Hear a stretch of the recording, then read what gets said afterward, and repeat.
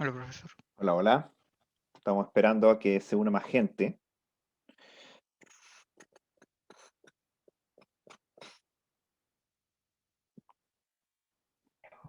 Ay, no. Hola, ¿qué tal? Hola, hola. Hola, buenas. Ah, buenas, buenas, buenas. Esto, sí. Eh, eh, eh, eh, eh, em,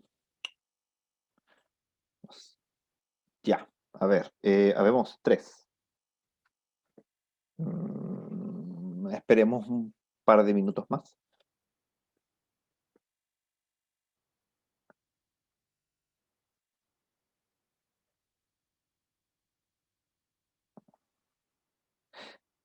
Sí, podría ocupar esto nomás.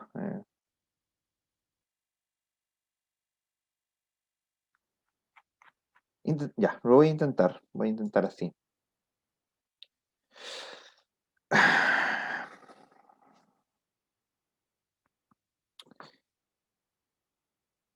Bueno, no tiene pinta de unirse nadie más, así que aprovechemos el tiempo.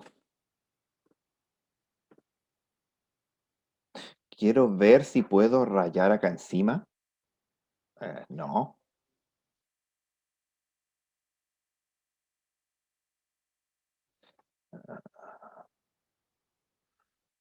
¿Cómo ¿Qué tal, será? ¿Ah? qué tal si el icono de arriba a la derecha? A ver, Star Hay Security. una pluma ahí Anoté. arriba a la Ah, derecha. ahí está. Sí, ahí sí puedo rayar. Perfecto. Súper. Ya, si puedo rayar, mejor el modo de lectura. A ver, vamos a. ¡Ja! No, no puedo hacer eso. Tendría que desactivar las anotaciones para eso. Ahí puedo mover esto.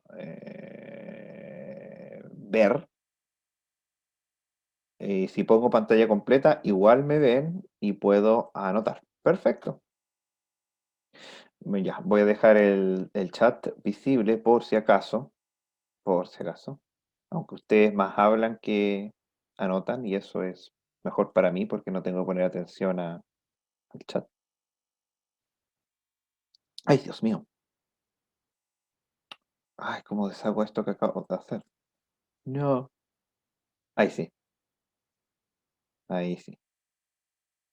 Uy, qué desagradable esto que quiere. Ya. Entonces, vamos a, debido a que en el diagnóstico se visualizó que hay poco dominio de contenidos previos, entonces veamos un poco del contenido que deberían tener. A ver, no me digas que tengo que deshacer la anotación para moverme. ¿Y si pongo anotación? ¡Qué desastre! Ok, ya, solamente entonces, qué desagradable. Eh, a ver, recordemos que se considera un algoritmo. Vamos a considerar un procedimiento bien definido. Discreto, ¿qué significa con discreto? No significa que es poco sociable, significa que es paso a paso. O sea, no se considera un algoritmo si es que el procedimiento requiere pasos continuos o un continuo. Por ejemplo, eh, ocupar ciertos elementos biológicos generalmente, eh, no siempre, ¿ah? Pero generalmente no caben en la definición de algoritmo porque algunos procedimientos naturales suelen ser continuos, no discretos, no paso a paso. Y además tiene que ser un procedimiento finito. No vamos a considerar un algoritmo algo que evoluciona indefinidamente, ¿ya? Y en general, esto es aparte, a partir de una entrada se genera una salida, de manera de que se resuelve un problema dado. Y un problema es una especificación que relaciona una entrada y una salida. Y esta relación generalmente es más allá de una relación, es una función. ¿Saben la diferencia entre relación y función?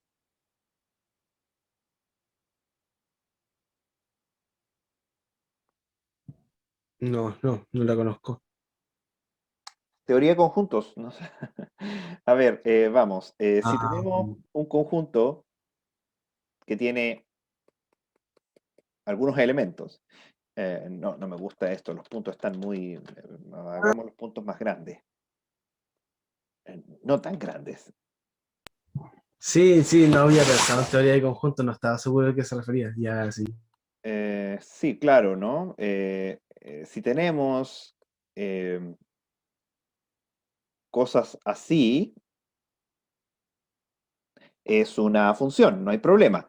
Pero lo que no podemos tener es esto, que dado un elemento Sí, del de la izquierda, se relacione con dos elementos distintos de la derecha. En otras palabras, para una misma entrada, siempre hay una misma salida.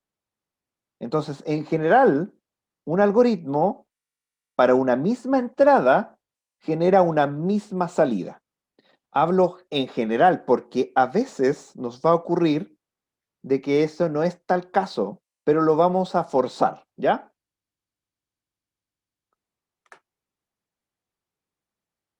Eso. Ay, sigue ahí, qué desagradable. Muy bien. Ejemplo, un ordenamiento. Ustedes me imagino que ya conocen lo que es un ordenamiento. Tenemos una lista de elementos y queremos como salida una permutación. ¿Qué es una permutación? Un reordenamiento.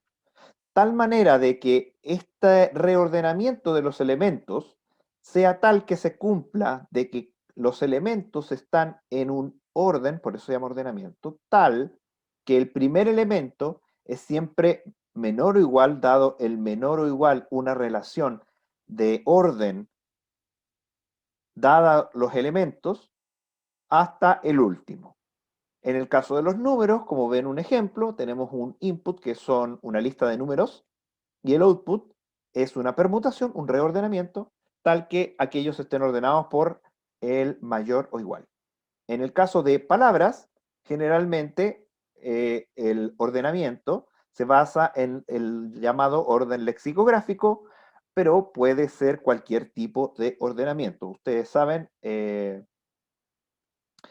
para hacer un ordenamiento se tienen que cumplir ciertas condiciones. No deben saber. Una relación de orden es una relación de orden si es que existe un elemento mínimo, creo. Si uno es mayor que el otro y el otro es mayor que uno, quiere decir que los dos son iguales, cosas así, no me acuerdo específicamente ahora, pero por ahí va. Eh, Como contexto, la palabra algoritmo en realidad es una palabra viene poco eh, etimológicamente correcta. ¿Por qué? Porque resulta que eh, ustedes saben que los números actuales, los números que ocupamos, 0, 1, 2, 3, 4, 5, 6, 7, 8, 9, son llamados números hindúes, Yo ahora. no como los números romanos. Así que nosotros generalmente hacemos cálculo sobre números hindúes. Y en particular, eh, un gran libro del señor Alvarez, se pronuncia Alvarezmi, por ahí, en el año 825 escribió un libro que se llama En el cálculo con números hindúes, que mal traducido al latín sería Algoritmi de número indorum, algoritmi, cálculo. Pero la traducción real debió haber sido Alvarismi on Hindu numbers, o sea, Alvarismi hablando sobre números hindúes. Entonces, este cálculo en realidad es, algoritmo es una mala traducción de cálculo. Así que hacemos cálculos sobre números discretos. Una estupidez. Pero bueno, algoritmos se remontan incluso hasta, yo creo que la época donde los humanos vivían en cavernas, pero me gustaría destacar el algoritmo de Euclides en el 300 antes de Cristo, el Greater Common Divisor. Lo conocen, ¿no? El divisor más grande, común. ¿Conocen el algoritmo ese? Me imagino, ¿no? Sí. Para el máximo común divisor. Ujú. Lo ocuparon en la básica y en la media de manera muy, muy repetitiva, así que me imagino que lo conocen. Sí. Ahora, eso es la definición informal de algoritmo. Pero podemos tratar de definir formalmente un algoritmo en términos computacionales ya recién en 1936. Hace, ¿cuánto? Menos de 100 años. Imagínense toda la historia de la humanidad y hace menos de 100 años recién sabemos o formalizamos lo que es el cálculo automático. En 1936, por separado, el señor Church, que me parece que es norteamericano, no conozco en realidad, y el señor Turing, que es británico, independientemente, porque no es como que ocurrió hoy día que a alguien se le ocurre algo y todo el mundo sabe que se le ocurrió, no, allá se enviaban cartas, demoraban mucho en saber quién descubría qué. Entonces, ellos independientemente probaron o definieron lo que es el cálculo. Uno a través de lo que se llama el lambda cálculo, que se ocupa mucho hoy en día para definir sistemas de inferencias, y por el otro lado la máquina de Turing. Obviamente el señor Turing no le llamó máquina de Turing, no es tan egocéntrico, pero sí es un sistema de cómputo que es en el cual se basa la computación actual. Sin embargo, no hay consenso respecto a que esto es la definición formal. Hay lo que se llama la tesis de Turing-Church, o de Church-Turing, dependiendo de quién lo nombre, que es que todo lo que es computable se puede hacer en una máquina de Turing. Es una tesis, no es un teorema. La diferencia entre una tesis y un teorema es que una tesis es una afirmación y el teorema es una afirmación demostrable. Esta afirmación no es demostrable por ahora. Los algoritmos, como sistema de pasos discretos, finitos, etcétera, etcétera, tienen algunas propiedades que es de nuestra importancia. Por algo los analizamos. Y estas propiedades, hablamos de la correctitud primero. ¿A qué se refiere con que un algoritmo sea correcto? ¿Alguno de ustedes trabaja con programando, no? Sí. Sí, ya. Claro. ¿Cuándo usted es analista programador, o sea, el que programa, o usted es el jefe, el que da el visto bueno? Queda el El visto que bueno. programa. El que Uno da es el el que visto da el bueno visto también. bueno y el otro el que programa. Me gusta porque tenemos las dos visiones. El que programa, ¿cuándo considera que lo que usted programa está bueno? ¿Cómo comprueba eso? Lo pongo a prueba y que funcione. ¿Cómo lo pone a prueba? Lo ejecuto, pongo variables de ejemplo, Ejemplos. ¿Cuál es su universo de ejemplos? dependiendo de la naturaleza del problema. Pero generalmente es una cantidad finita de elementos, es una cantidad que usted puede probar todas las entradas posibles en un No, tiempo corto. probablemente no. No, así Probablemente que, no todas las claro, utilizo entonces variables significativas. prueba al azar, No, claro, utilizo la mínima y la máxima y el promedio. Me casos da límite, forma de ver mejor el trabajo. casos límite. Muy bien. Y aquel que da el visto bueno, ¿cuándo considera que el algoritmo que le pasan está correcto?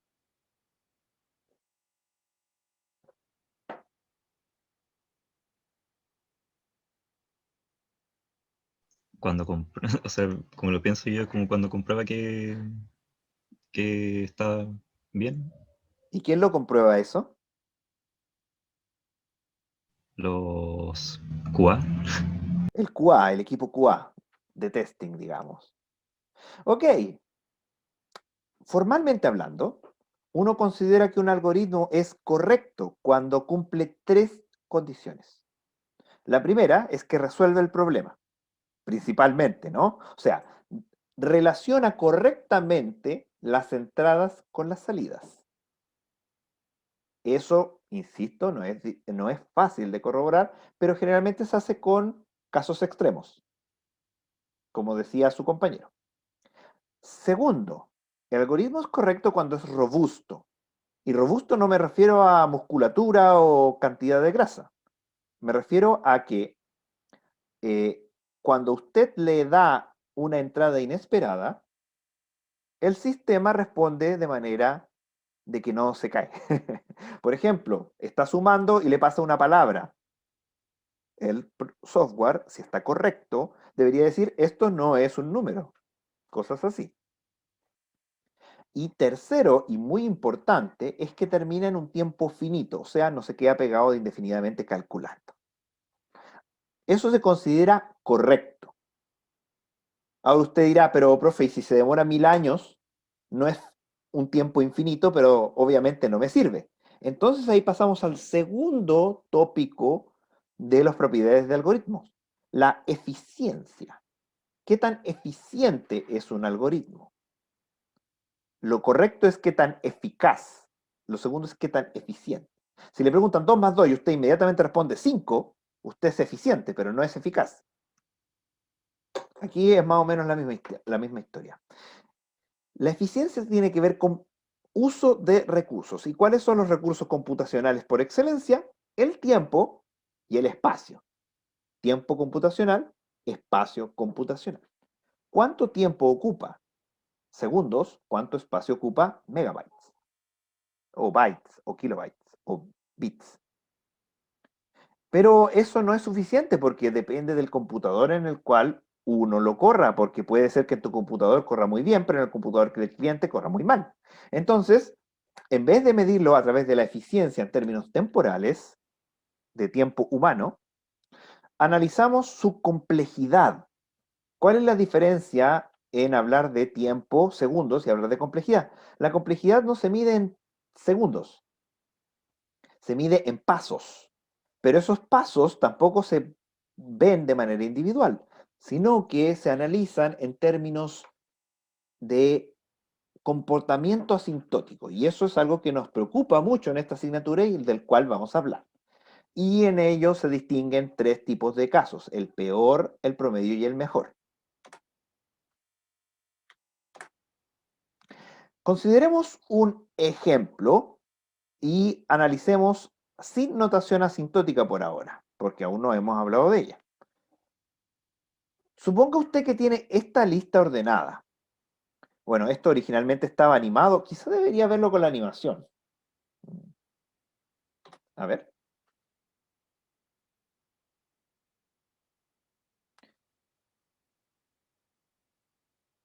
Déjeme ver si lo tengo animado la otra versión del archivo, porque tuve que crear un archivo sin animaciones para algunos casos para subirlo. Ya, sí, este sí está animado. Ok, perfecto. Entonces lo voy a abrir y voy a compartir. Y esta versión sí está animada, entonces para verlo en pantalla completa, vamos acá y vamos a avanzar un poquito. Aquí está. Entonces, tenemos una lista ordenada y queremos buscar el número 87. ¿Cuántos pasos le toma a nuestro... Uy, aquí ya no... la lista de participantes y el chat. Aquí sí. Ya. ¿Cuántos pasos tomará encontrar el número 87? Veamos. Tenemos 1, 2, 3, 4, 5, 6, 7, 8, 9, 10 pasos. ¿Cuál sería el mejor caso cuando estoy buscando un número? ¿Cuántos pasos me demoro en el mejor de los casos? 1. 1, efectivamente, encontrarlo inmediatamente. ¿Cuánto me demoro en el peor? Lo correspondiente al largo del arreglo. Sí, el tamaño de la lista. ¿Y el promedio?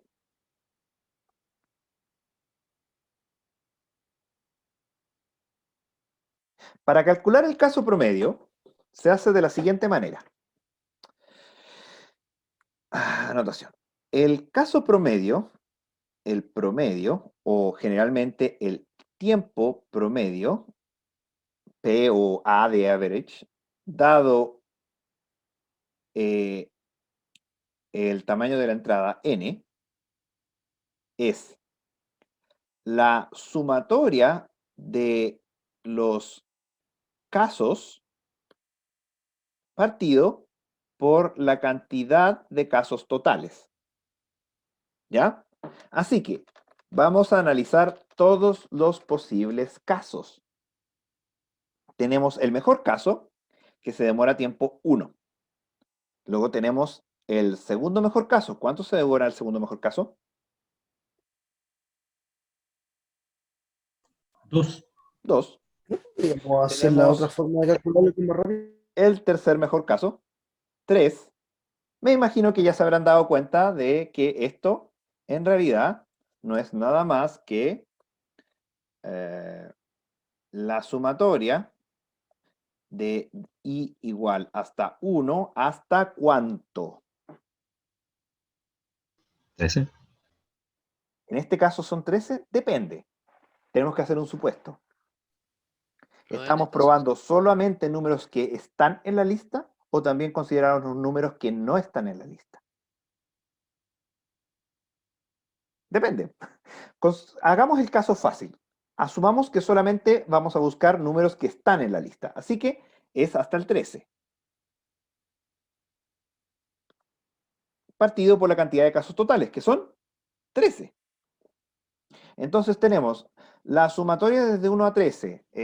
La sumatoria de 1 a 13, según la fórmula de Gauss, es 13 por 14 dividido 2.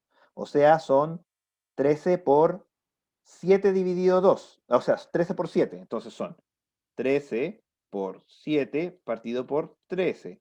O sea, el promedio es 7. ¿Sí?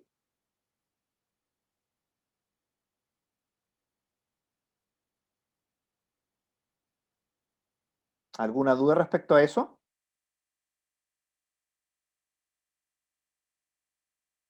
No por ahora. Quedó claro. Quedó claro. Muy bien.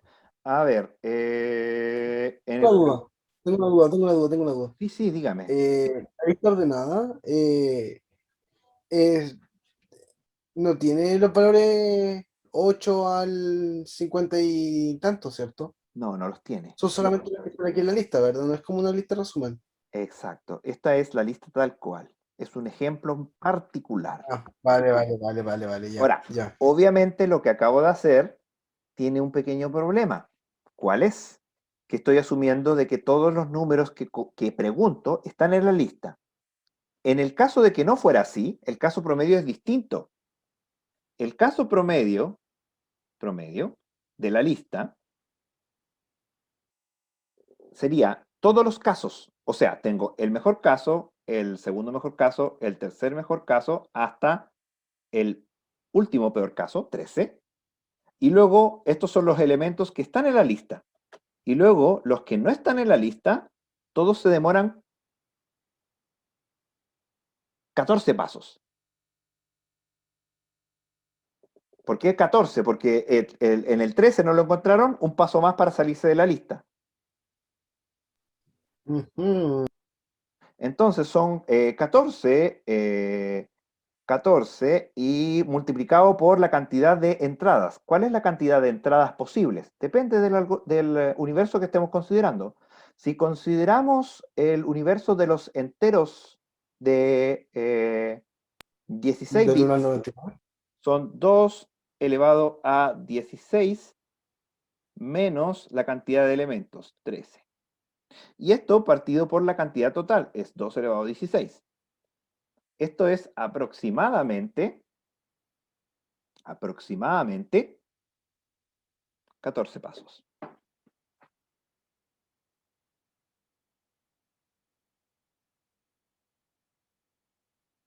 ¿Por qué? Porque la gran mayoría me demoro 14 pasos. Así que el promedio es aproximadamente 13,9, 14 pasos. Eso suponiendo que busco cualquier número, ¿sí? ¿Se entiende? Sí, sí, Ya, sí, profe. perfecto. Sí, sí. Esa es otra forma de analizar esto. Ahora, sigamos. Ahora, de nuevo, tengamos la lista ordenada, pero ahora vamos a buscar el número 87 de manera binaria. ¿Ustedes conocen la búsqueda binaria? Sí, divides a la mitad y ves el valor que Así que tiene que estar ordenada. partamos por la mitad. 78. 78, el 87 es más grande o más chico. Es más grande. Así que vamos a la mitad del lado derecho. Uy, lo encontramos. Ahí está el 87. Nos tomamos 2 pasos. ¿Cuál sería el mejor caso? Que diera la casualidad que estaba justo en medio Al mes. del arreglo. Correcto, y nos demoramos un paso. ¿Cuánto nos demoraríamos en el peor caso?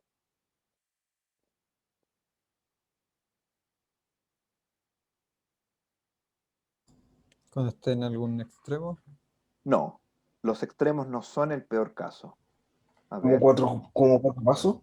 O sea, sí, los extremos son el peor caso, es cierto, pero no son los únicos peores casos. En realidad, tenemos que bajar, bajar, y que esté como o en los extremos o entre medio, pero no entre medio exacto. Es como que tengamos que recorrer hasta el final. Eso es logaritmo en base 2 del largo de la lista. En este caso 4, porque tenemos que la lista es de tamaño 13, el logaritmo en base 2 de 13 es 3, y algo, 4. ¿Y el promedio?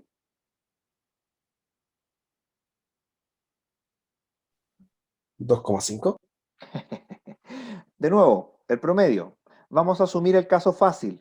Supongamos que el elemento está efectivamente en la lista. Así que como está efectivamente... Uy, ¿por qué tengo en rojo? No quiero rojo. ¿Por qué tengo en rojo? Bueno, no importa, lo hago con rojo. Pero no puedo poner deshacer, quiero deshacer. Y el rojo no lo puedo borrar. ¿What?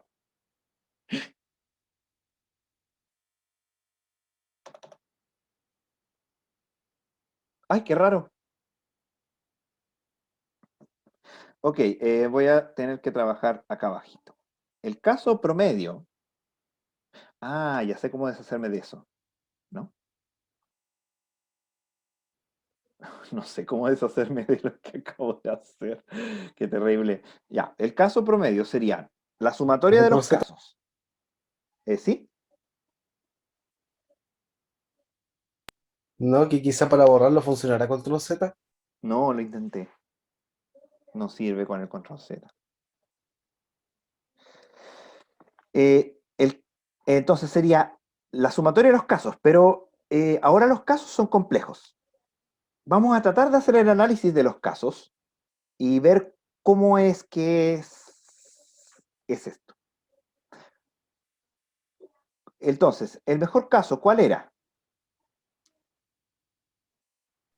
Un paso. Un paso. ¿Cuántos mejores casos tengo?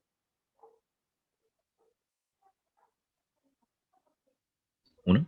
Uno. Uno por Entonces cada tenemos lista. 1 por 1. Más. El segundo mejor caso, ¿cuál es? 2 pasos. 2 pasos, o sea que esté en la mitad de la mitad. ¿Y cuántos mejores segundos pasos tengo? 2. 2, así que es 2 por 2. Más. El tercer mejor caso. ¿Cuántos tercer mejor caso tengo? O sea, están de la mitad, de la mitad, de la mitad. 4. 4. Sí. Muy bien. Así que vamos a hacer esto. Entonces, el caso promedio es la sumatoria de 1, de i, perdón, porque 1, 2, 3, 4, etcétera, multiplicado por 1, 2, 4, 8, 16, 32, o sea, 2 elevado a i menos 1. Y eso desde i igual 1 hasta el logaritmo del tamaño, que en este caso es el logaritmo de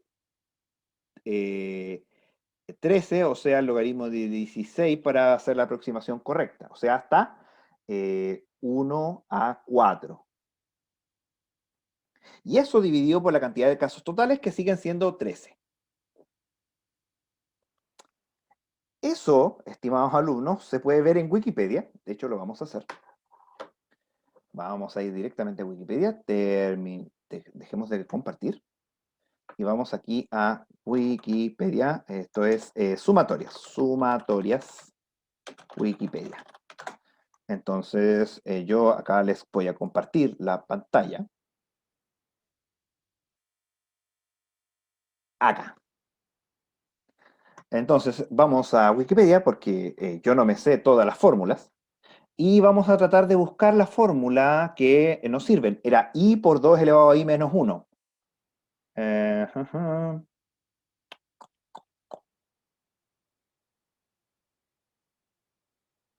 Aquí está. Aquí está. Esta.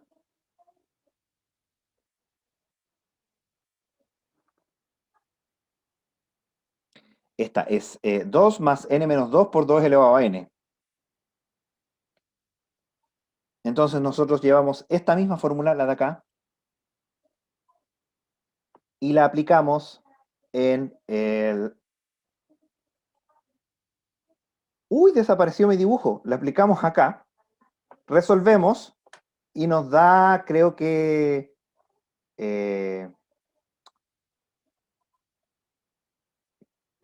¿cuánto era que me daba? Me daba 2, y algo, no me acuerdo. Oye, no está. Lo calculo, ¿no? A ver, calculémoslo. Era 2 más n menos 2, o sea, el logaritmo es 4 menos 2 por 2 elevado a n. Al logaritmo serían 2 elevado a 4. Todo esto dividido 13. Veamos, creo que esta era la fórmula, entonces 2 elevado a 4 es... Espero no equivocarme, a ver. Voy a ver de nuevo el caso. Era 2 más n menos 2 por 2 elevado a n. Sí, está bien. Está bien, efectivamente. Entonces, volvamos. Entonces, esto es 2 elevado a 4 por 2 elevado a 5. 2 elevado a 5 son 2, 4, 8, 16, 32. 32, bueno, 34 porque es más 2, dividido 13, esos son 13, 13 por 2 son 26, 13 por 3 son 39, y nos pasamos, así que es 2, algo. 2, bla. Ese es el promedio. Lo podría resolver, pero me da lata, no nos queda tanto tiempo en esta primera parte. Pero eso es. Déjeme ver qué viene después. Ya, eso ya, ok. Salgamos de acá, desea conservar las entradas de lápiz, descartar.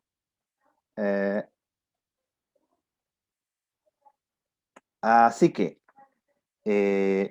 nosotros deberíamos tener, ahora vamos dejo estos 4 minutos que nos quedan para conversar un poquito, porque acuérdense que nosotros reingresamos. ¿Alguna consulta, alguna acotación, algo que comentar respecto a lo que hemos hecho?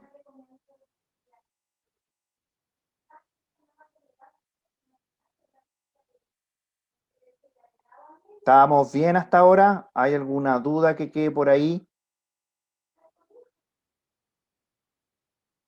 ¿Me recuerdas discretas?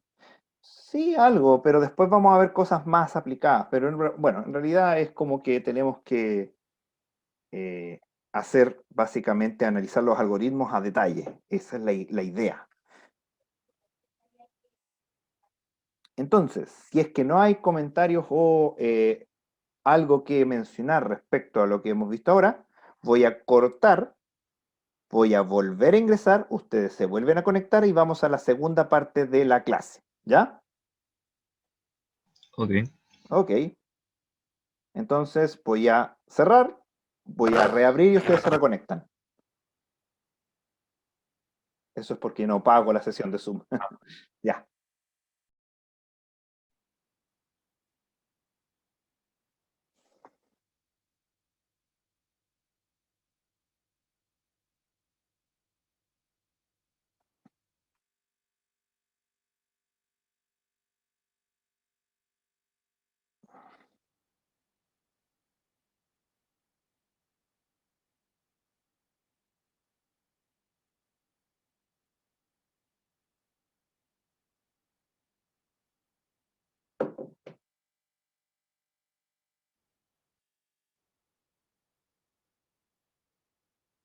Estamos esperando a que la gente se reconecte.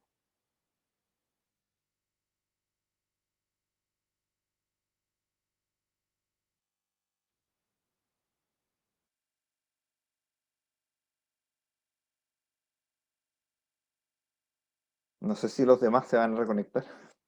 Ahí hay otro más.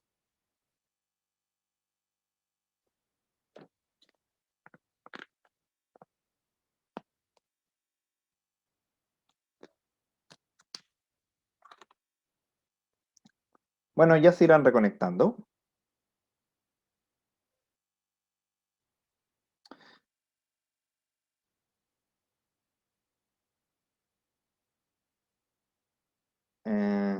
Voy a poner la lista de participantes por si se reconecta más gente.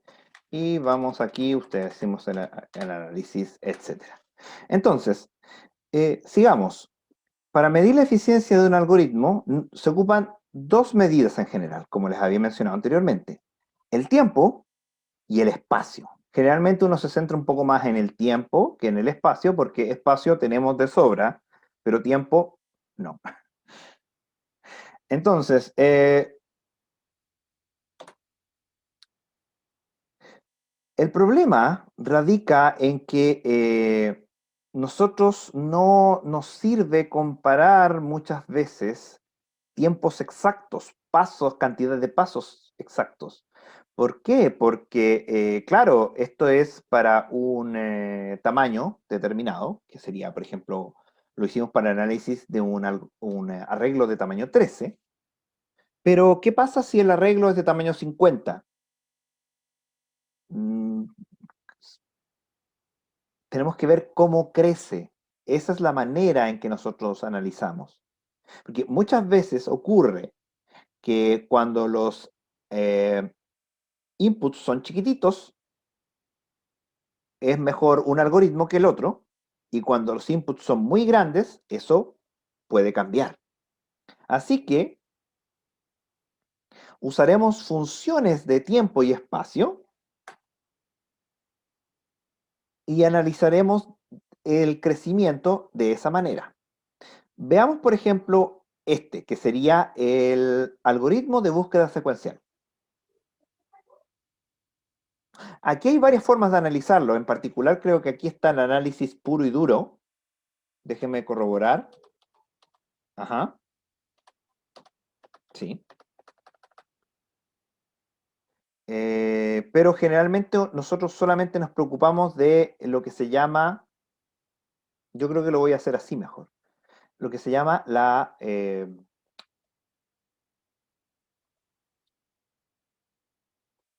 operación relevante. ¿Se acuerdan que nosotros en el diagnóstico hablamos de operación relevante? La operación relevante es aquella operación que más importante es para el algoritmo que estamos usando. En particular, si estamos en la búsqueda secuencial, ¿cuál ustedes creen que es la operación relevante?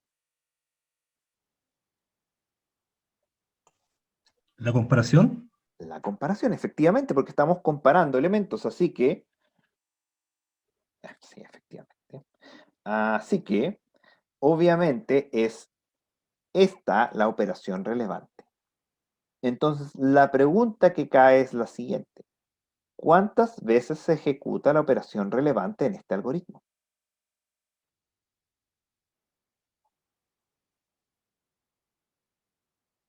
¿N veces? Veamos. Acá tenemos un ciclo que dice que esto se tiene que repetir desde 1 hasta n. O sea, por ejemplo, si n es 4, es 1, 2, 3, 4 y sale. Se ejecutó 4 veces. Si n es 5, pasa lo mismo. Así que, efectivamente, en la búsqueda secuencial, el tiempo que se demora en el peor caso, le vamos a poner W de worst, es C por N. ¿Por qué C?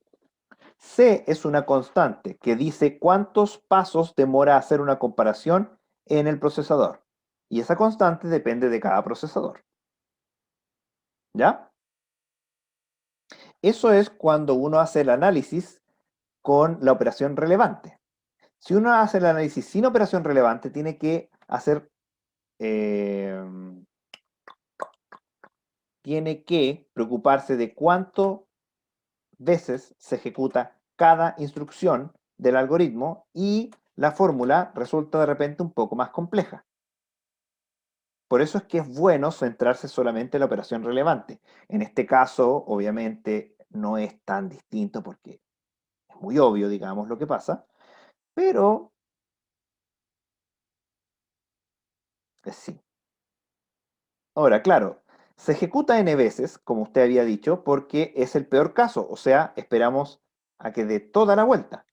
Pero, ¿cuántas veces se ejecuta la operación relevante en el mejor caso?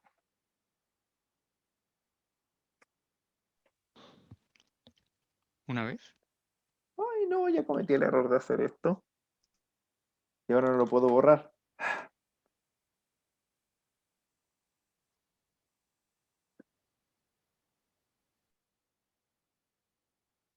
A ver, si hago un stop share y vuelvo a compartir, sigue. Ah, ya sé cómo hacerlo. Lo que voy a hacer va a ser dejar de compartir, descartar las anotaciones, irse para acá y ahí desapareció. Perfecto, ahí sí. Ya, claro, en el mejor caso se compara una sola vez porque entró una sola vez. Ahora, obviamente aquí también está el análisis del mejor caso, pero una sola vez por la constante. Acá está el análisis si no tomáramos en cuenta también la operación relevante.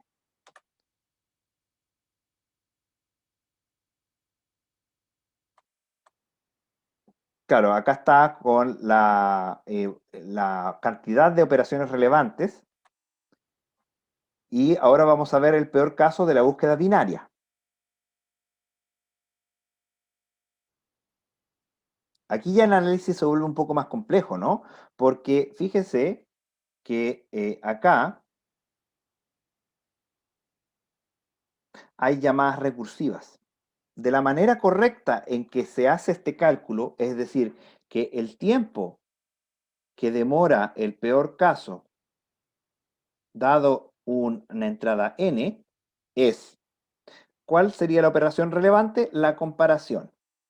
Entonces, ¿cuántas comparaciones se hace? En el peor caso, tendría que entrar siempre a la última, así que se hacen 3 comparaciones, 1, 2, 3 comparaciones, más las comparaciones que se hagan en la llamada recursiva, o sea, T, D. Fíjese que aquí se le pasa la mitad. del arreglo. Así que esa fórmula que usted ve ahí describe el comportamiento binario de la búsqueda binaria. Y esto es aproximadamente el logaritmo de n. Aproximadamente, el logaritmo en base 2 de n. Ahora, ¿cómo se resuelve eso exactamente? Eso se llama resolución de ecuaciones de recurrencia. Lo vamos a ver un poquito más adelante.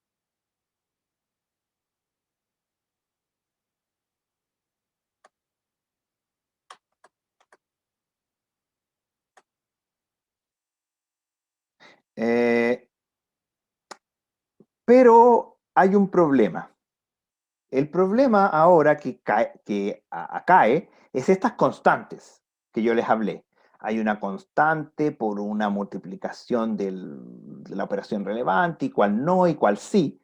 Y entonces, cuando tenemos, por ejemplo, que un algoritmo se demora, t de n se demora constante por n, y hay otro algoritmo que se demora otra constante por n más una constante más pequeña, ¿cuál de los dos es el mejor?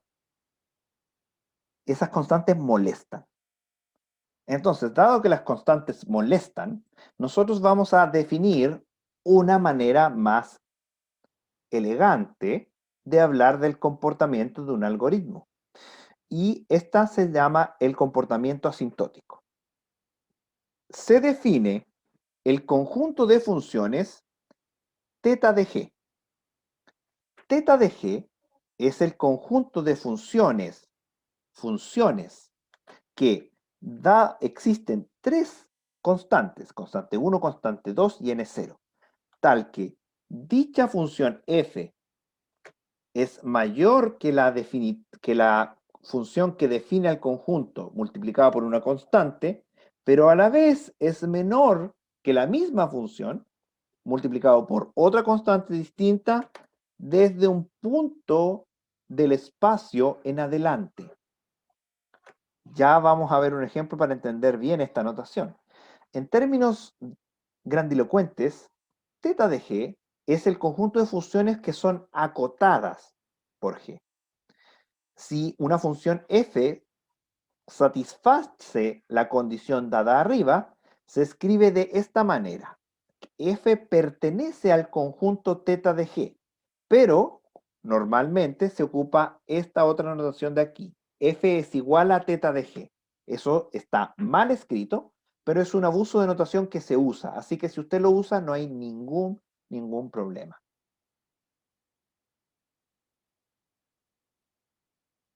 ¿Ya?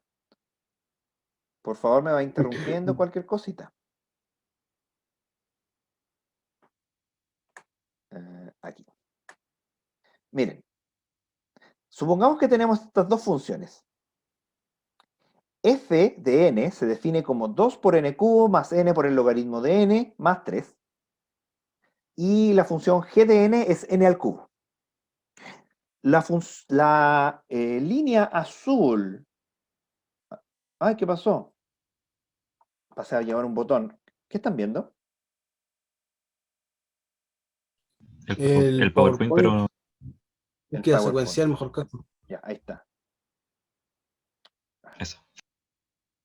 Están viendo el PowerPoint, pero no la presentación. ¿Será eso? Eso mismo. Ya, voy a tener que pasé a llevar un botón. ¿Y ahora sí?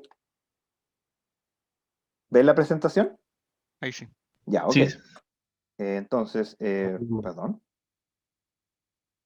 Ahí está. Sí, Ya. Ahora, la línea azul que ustedes ven acá es la función f.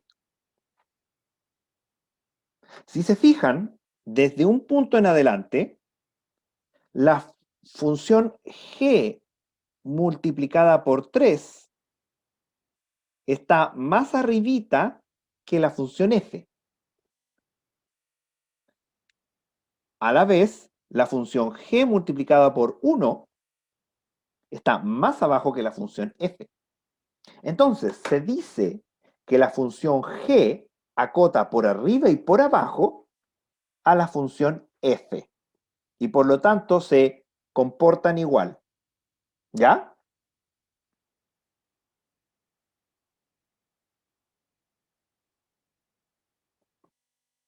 ¿Se entiende la idea? Sí, ¿Sí? pero solamente en un punto se comportan igual porque los demás o son mayores o son Desde menores. ese punto en adelante. Basta que de ese Aunque... punto en adelante lo acote por arriba y por abajo. ¿Sí? Oh, En este caso el punto es 1.5, básicamente. Si f pertenece al teta de g, se lee como que g es el límite asintótico ajustado de f. Ese es el nombre técnico. Esta definición está exclusivamente pensada para funciones positivas, porque el input es de tamaño positivo y el tiempo también es positivo. Hasta donde yo sé, un algoritmo no se puede demorar tiempo negativo, si no podríamos viajar al pasado, ¿no? Entonces, acá, ya, ok. Vamos a hacer un par de cosas interesantes acá. Déjenme ver un poquito más adelante. Y aquí están otras definiciones. Ya, les voy a adelantar con estos ejercicios un par de cosas interesantes, ¿ya? Entonces, vamos a tratar de demostrar que un medio, o sea, n cuadrado medios menos 3 por n, pertenece a teta de n cuadrado.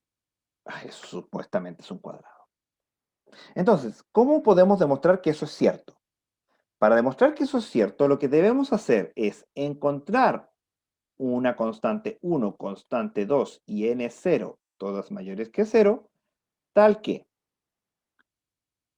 C1 por n sea menor o igual que n cuadrado partido por 2 menos 3n, que sea menor o igual que C2 por, esto es n cuadrado, perdón, por n cuadrado, para todo n mayor o igual a n0. Tenemos que buscar. Para esto lo que generalmente se hace es darnos las constantes. Y hay normas mnemotécnicas. Generalmente elegimos la constante más chica. Así que acá, por ejemplo, tenemos n medios, o sea, n cuadrado medios, o sea, un medio. Elijamos un cuarto. Entonces, si C1 es un cuarto, tenemos un cuarto por n cuadrado tiene que ser menor o igual que n cuadrado partido por 2 menos 3n. Esto es equivalente, podemos multiplicar por 4, me queda n cuadrado, es menor o igual a 2 veces n cuadrado menos 3n, 3 por 4 son 12. Como n siempre es positivo, porque, insisto, estamos hablando de entradas positivas, entonces podemos dividir por n. Así que nos queda de esa manera. Luego pasamos el n restando para acá, o sea, queda n, y aquí queda 12. Entonces dice que si desde n igual 12 en adelante, esta parte se cumple. ¿Ya? ¿Estamos claros ahí? ¿Sí? ¿Sí? Muy bien. Entonces, ahora llevémonos este análisis para acá, para que no moleste. Lo voy a dejar acá arriba.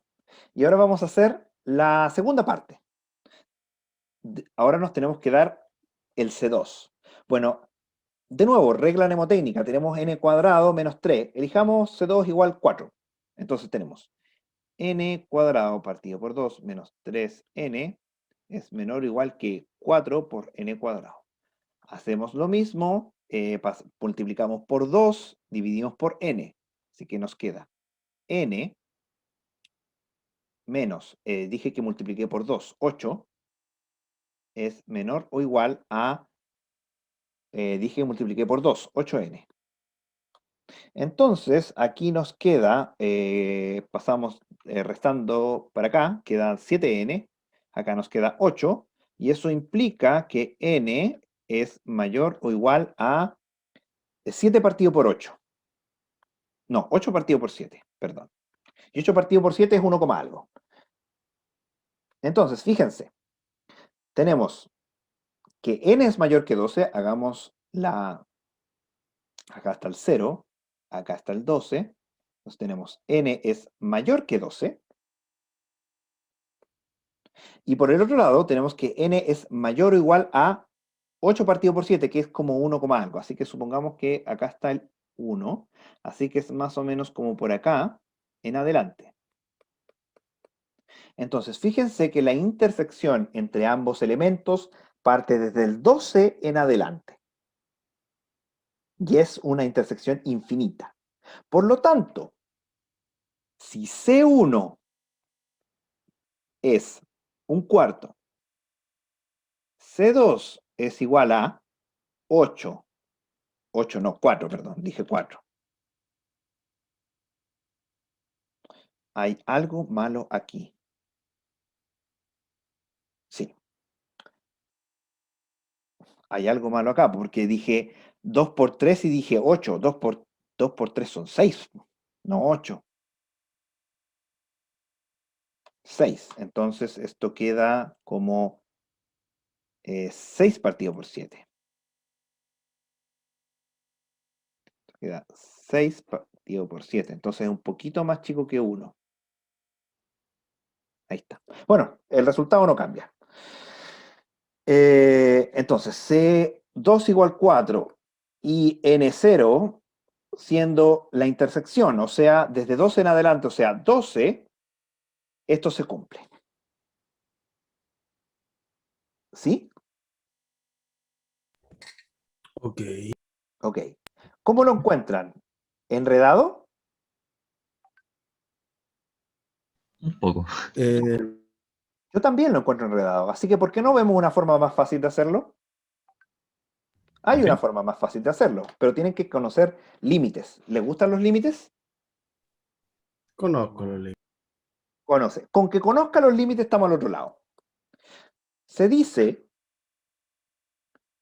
que si f pertenece a θ de g de n, si y solo si, esto es una propiedad, el límite cuando n tiende a infinito de...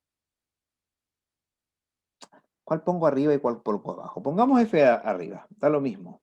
F de n partido por g de n tiene que darme un valor k tal que k pertenezca desde 0 a infinito sin incluir a ninguno de los dos.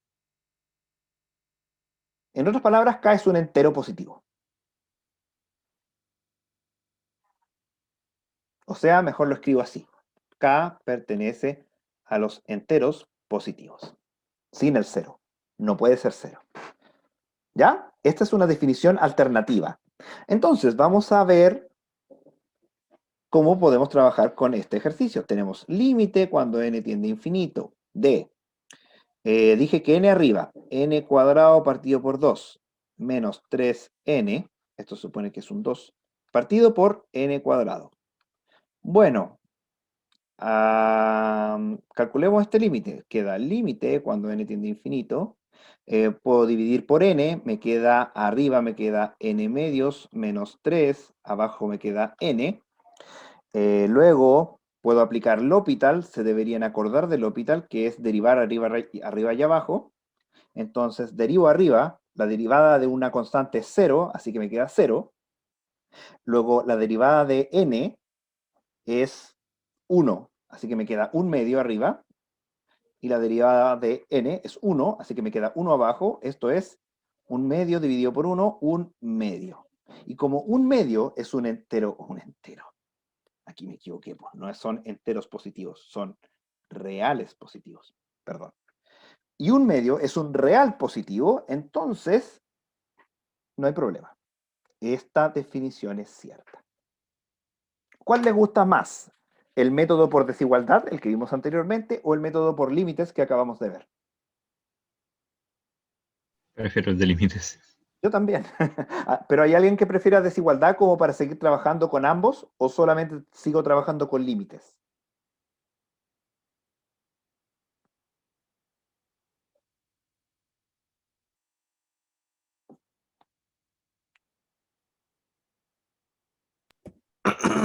Parece que vamos a seguir trabajando con límites. Ya, sigamos trabajando con límites. Ok. Vamos a hacer entonces el segundo ejercicio. 6 por 3 por n al cubo no pertenece a teta de n cuadrado. Veamos. Tenemos que el límite cuando n tiende a infinito de 6n cubo partido por n cuadrado. Veamos. Esto es el límite cuando n tiende a infinito de, partíamos por n cuadrado, nos queda 6n arriba y abajo nos queda 1. Así que sería el límite de 6n, esto es claramente infinito, por lo tanto no pertenece al teta. Porque recordemos, no puede ser ni 0 ni infinito. Bien fácil con límite, ¿no? Por lo menos a mí me gusta, me parece fácil.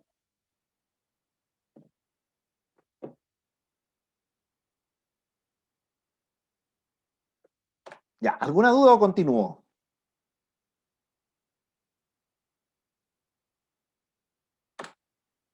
Parece que continúo. Bueno, en general,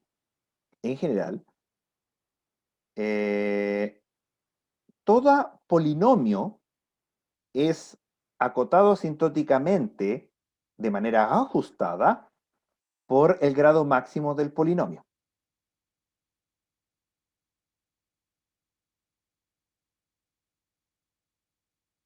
Buah. O sea, si tiene un polinomio de grado 8, entonces pertenece al teta de n elevado a 8. Si tiene un polinomio de grado 15,5, entonces pertenece a teta de n elevado a 15,5. Da lo mismo las constantes y cualquier otra cosa. El grado mayor del polinomio determina a cuál teta pertenece. ¿Sí? Regla mnemotécnica. Tenemos, además de la función teta, tenemos la función O y la función omega, mayúscula. Esta me parece... Ay, ya empecé, ya no. Ok. Esta me parece que es la que ustedes más conocen. Teta de G. O sea, O grande de G. Notación O grande. Disco. Big O, correcto. La notación Big O es la más usada. Pero también tiene su contraparte que es la omega. Aquí está la definición por desigualdad, pero también existe la definición por límite. Se dice que f pertenece a O de G si y solo si el límite cuando n tiende a infinito de f de n partido por g de n es ¿cuánto? Lo que queremos es que O sea todas aquellas funciones que son mayores, o sea, G crece más grande que F. Como G crece más grande y G está abajo, entonces tiene que pertenecer a 0 hasta infinito sin incluirlo.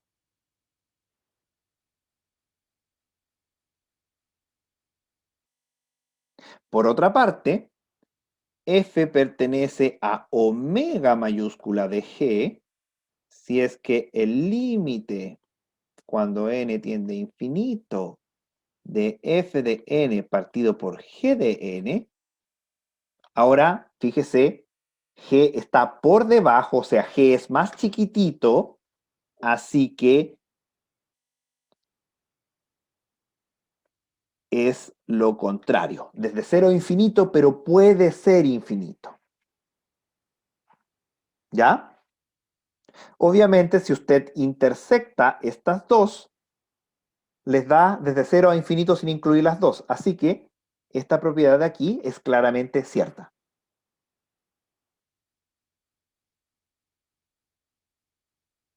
¿Sí? Creo que... mm, es la diferencia de los límites, ¿no? La división ¿Sí? La es la misma, la diferencia de los división es límites. exactamente la misma. La única diferencia es que para O mayúscula sí debe incluir el 0 y para omega mayúscula se incluye el infinito. Ahora, obviamente, si es que el G lo pone arriba y el F le pone abajo, tiene que cambiarlo, po. Pero en la manera en que lo estoy escribiendo yo es así.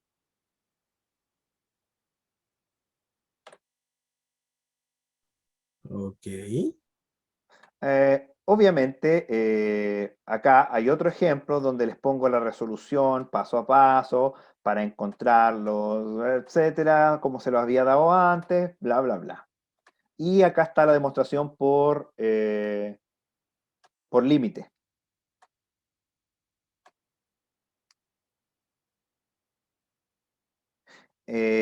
Aquí en la demostración por límite, si fijan que lo que hice es que existe un C1 y un C2 tal que es menor a 1 y mayor que 1, es equivalente a lo que yo hice.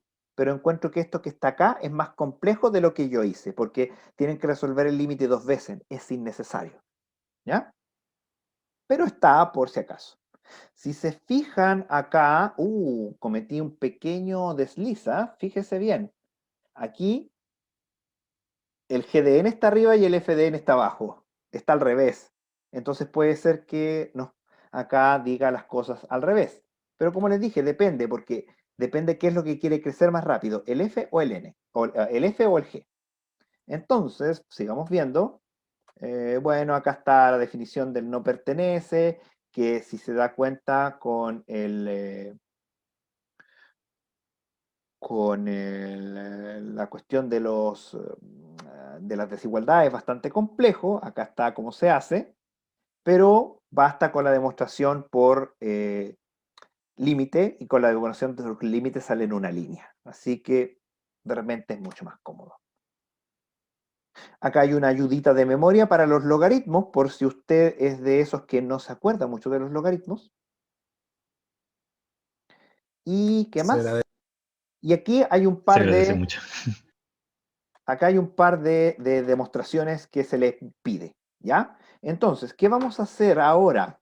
Lo que vamos a hacer ahora es que encuentro que hemos pasado mucha materia, así que estos ejercicios que ustedes ven acá, que son 5, bien fáciles, bien simplecitos, les voy a pedir que los resuelva usted de manera individual para la próxima clase, ¿ya? Son 5 ejercicios, ¿ya? Con eso terminamos. Presente no le voy a pedir que me ponga presente porque vi que todos vinieron. Creo que Franco se tuvo que retirar un poquito antes, pero fuera de eso, no hay problema. ¿Ya? ¿Dudas, consultas? Por favor. Este PowerPoint ya está en Moodle, ¿cierto? Sí, está en Moodle. Ok. Esta es la PPT repaso. Sería algo así como resolverlo tipo Big O con todos los tipos de notaciones. Es lo que sale en pantalla. Para las primeras 3 tiene que encontrar la cota teta. Y para las 2 de abajo tiene que demostrar lo que se Vale. le pide. Ya, ok, ya, ¿Ya? lo veo. Perfecto. Ya, pues entonces los libero nomás. Vayan tranquilos. No sé si almorzaron, yo no he almorzado, así que vamos a almorzar. Y nos vemos el próximo jueves. Partimos relativamente lentito, pero yo encuentro que es mejor para que todos vayamos entendiendo. ¿Ya? Maravilloso. Perfecto, gracias. Perfecto. Gracias a ustedes. Nos Gracias, vemos profe. el próximo Adiós. jueves. Chao. Adiós. Chao, profe. Chao.